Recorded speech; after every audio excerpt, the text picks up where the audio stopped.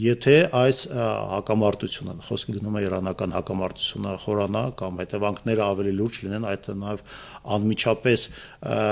ռիսկեր ստեղծվեն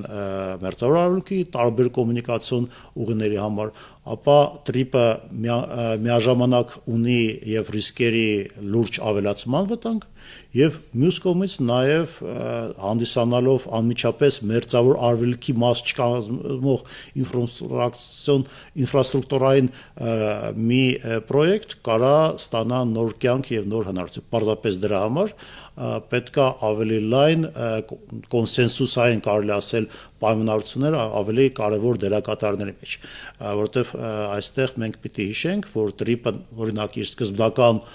փուլում չէր ներգրավում օրինակ ԵՄ-ի ակտիվ որևէ դերակատարությունը, չնայած որ շատ տրամաբանական է, որ ինքը պիտի այդ սիներգիա ստանար այդ միջին կորիդորի հետ։ Կարծում եմ այստեղ նույնպես պիտի շահագրգռված լինեն եւ եվրոպական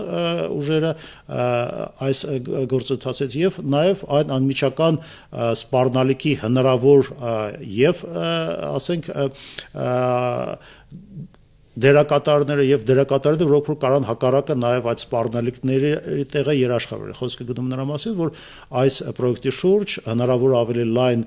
բանակցություններ եւ դիալոգ սկսած Իրանից, վերջացրած Ռուսաստանից եւ Չինաստանից, որովհետեւ